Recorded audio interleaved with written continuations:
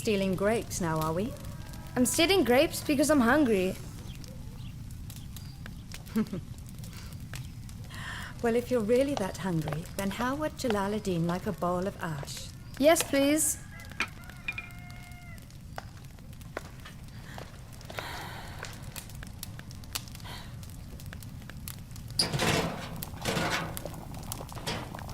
Ask me something. Mother, Yes, dear? why are Father's words so influential to the people? Where did he get all his power from? Why is it that his words carry so much weight? Don't you want to wait until the time is right? No, tell me now! Tell me! Tell me. Tell me why it is that you insist on asking all these difficult questions. Because I also want to be a strong man like my father one day. I also want to give everyone orders. I don't want any soldier to be able to dominate me. I want to be higher than any man in the world one day. Tell me, Mother. Have you ever looked at your father's lips from up close, Jalāl al-Dīn? I mean, have you ever really looked at them very carefully and precisely? You'll see that the power of Baha'u'llah is in what he has in his mouth. Have you heard them? No. All I have seen is his lips trembling. Well, your father is someone who fasts many days. And he sleeps very little in the nights, and he constantly reads the verses of the Holy Book. You may have noticed that he also spends a lot of time saying prayers. Your father is very careful with the way that he conducts himself. He does not want to take a step in the wrong direction, and he doesn't want to hurt someone. Come.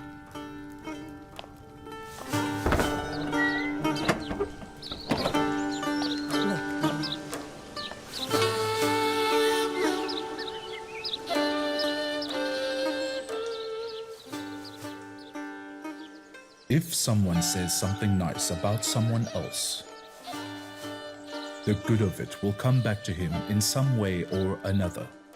In other words, he is praying and speaking well of himself as well. And this is how someone can plant a flower garden around his own house. Whenever he looks out of his window, all he will see is flowers. And when he sees them, he will always feel like he is in heaven. When he became accustomed to saying nice things about people, when he became used to saying someone's praises, that person became his beloved. And whenever he thinks of himself, he will be thinking of his beloved as well. And remembering that the beloved are like flowers in a flower garden, and his spirit is at peace.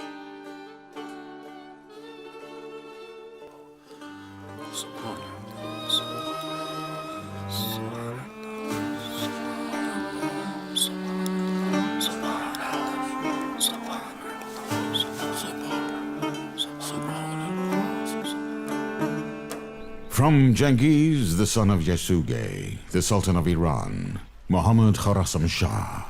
I'm telling the Sultan what Gaya Khan, the ruler of the city of Otrar, did was disgusting and disturbing. Based on the good relations between you and I trust that you will accept and grant me my request for Gaya Khan, ruler of the city of Otrar, to be handed over immediately to my messenger and men immediately. And if not, the friendship accord between our two nations will be void. While Genghis the Mongol has to pay for his brash words towards you. Your Highness, do not forget that in his previous letter, Genghis had called you the King of the East and his greatest of sons. He has only shown you respect and admiration. What are you saying, Prime Minister? Are you reciting poetry? I was reminding the Sultan of Genghis' last writing to him. You see, the difference between what Genghis had written to us in that peaceful letter and the one we received from him today is Gaya Khan and the killing of the Mongol merchants. Gaya Khan was only following the Sultan's orders. And besides, they were not mere merchants. They were a bunch of spies. The so-called peaceful letter that Genghis wrote the Sultan was just a disguise to belittle the Sultan by calling him his son. And perhaps if he had received a proper reply to that letter, he would not suddenly be demanding the handover of the ruler of Otrar so brazenly now. I swear to God, I will cut him up into pieces with the sword in my hand. In my opinion, the Sultan must have fire in one hand and water in the other. There is always a way to control the furor. How is that? By handing over the border guard of the Khwarezm king to those desert-dwelling Mongols, you think? You mean a bunch of vicious desert dwellers can have their way when it comes to the Sultan of Khwarezm? This doesn't make any sense at all. Huh. Is this really your advice to the king of the land of Iran? Your Highness, may you live a long life. I know it is true that Gaya Khan is your nephew, but this does These men not... aren't messengers. They are those who will shout out the humiliation of the Sultan to the world. It does not matter who Gaya Khan is, except that he is the appointee of the Sultan. And even if Genghis had asked us to turn over a simple foot soldier to him, I still would have said the same thing. And any agreement we have now with Genghis is equivalent to defeat and surrender. And if we do surrender, this won't be the last request he sends us. Soon he will be sending his messengers over to ask for the women of the Sultan's harem.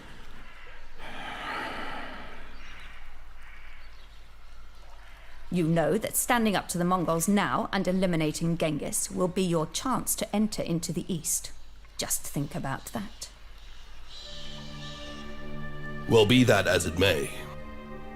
I also agree with what the Prime Minister is saying. You are living in fear of Genghis' aura. An aura that is only made up by the Prime Minister's imagination. We will not surrender Gaya Khan.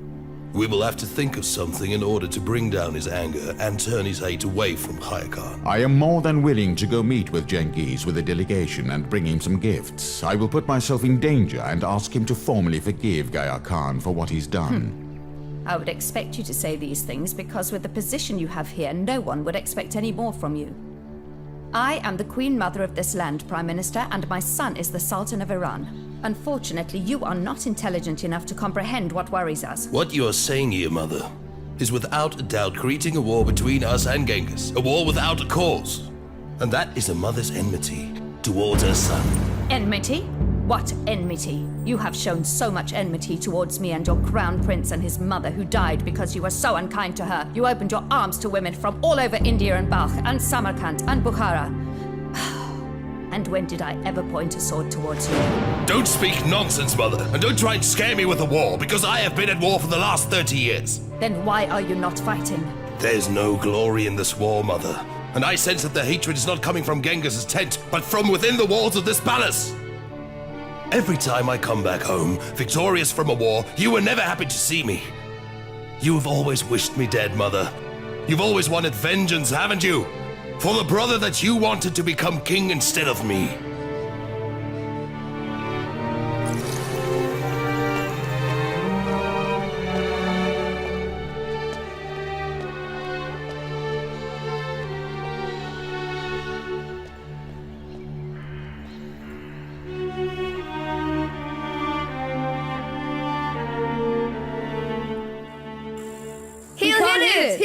He missed it. Come on, hit it! Come on, hit it! Oh!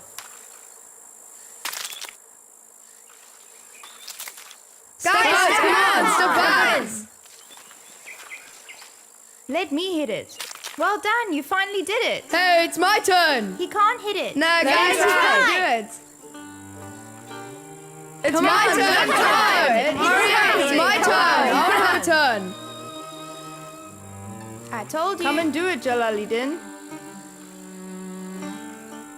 He can't do it. You can't either. You can't either. Oh, no! Where are you going? Go back there! Science! Science! Science! Science! Science! Science! Science! Science! Science! Science! Science! Science!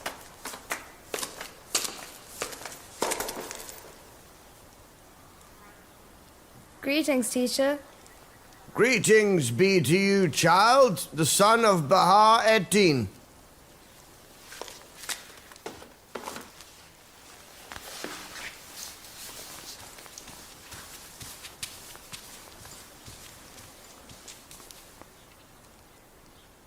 Why are you standing there like that?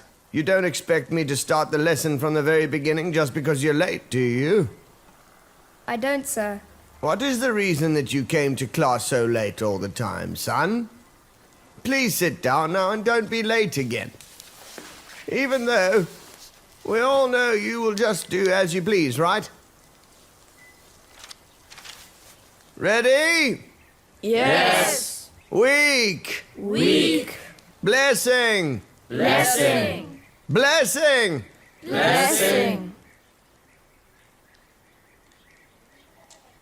Why are you staring at me like that, Jalaledin? Please forgive me, sir, but it looks to me like your eyes are becoming yellow. Yellow? I have become yellow? One day my father told me looking yellow is the sign of jaundice. Jaundice, you say? Teacher, do you feel nauseous at all? Well, Yes, teacher, even your eyes are becoming yellow. huh? When you entered the classroom, you almost fell, remember? Must have been the dizziness. God forbid. But these are all the symptoms of jaundice. Are you being serious, Jalaledin? The teacher's hands are shaking. Huh? Look, Jalaledin. Yes, you're right. Did you only eat bread for breakfast, sir?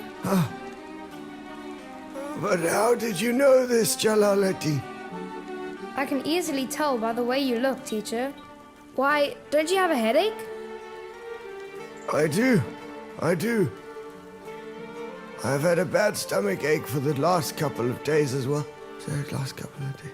And your eyesight is going black as well, isn't it? Hey, be quiet. The teacher's not feeling very well.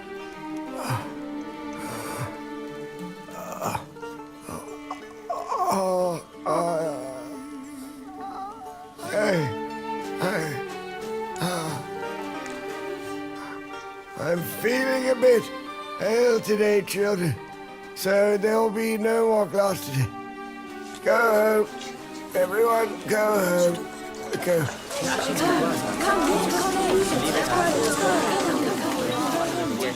Let's go.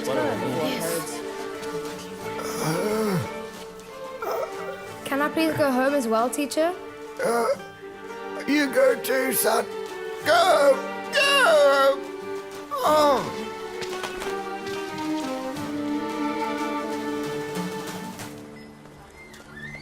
Hey!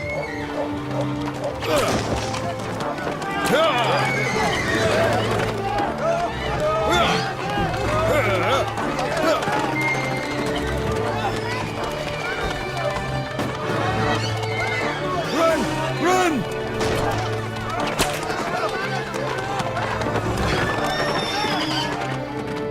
And what I said was based on that. Oh, Sheikh! They've entered the mosque! The soldiers have entered the mosque! The soldiers have entered the mosque shamelessly, Sheikh! All of them! Shame on you, Balkh. And shame on all the people of Balkh.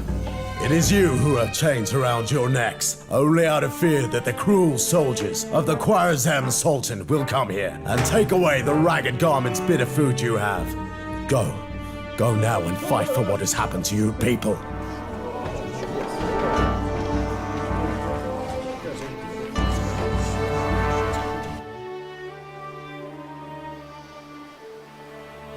What should we do with them, Mother?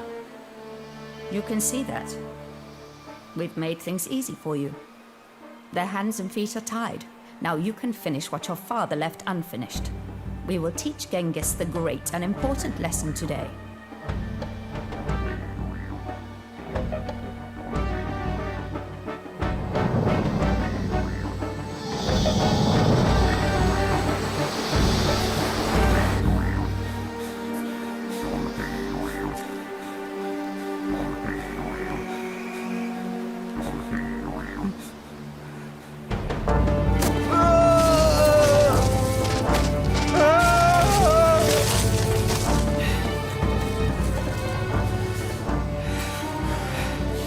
Please leave me a share too.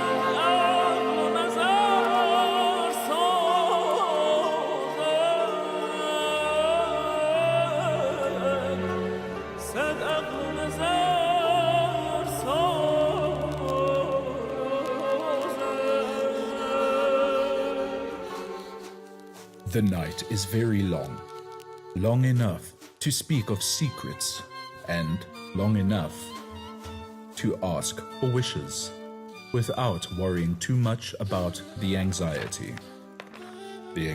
of mankind and the problems of friends and enemies alike. At night we find that there is a certain peace and tranquility in the darkness. The Almighty God has pulled the curtain, Glory so be that to what Allah. we do Glory is be safe to and Allah. secure from deceit, so they can be pure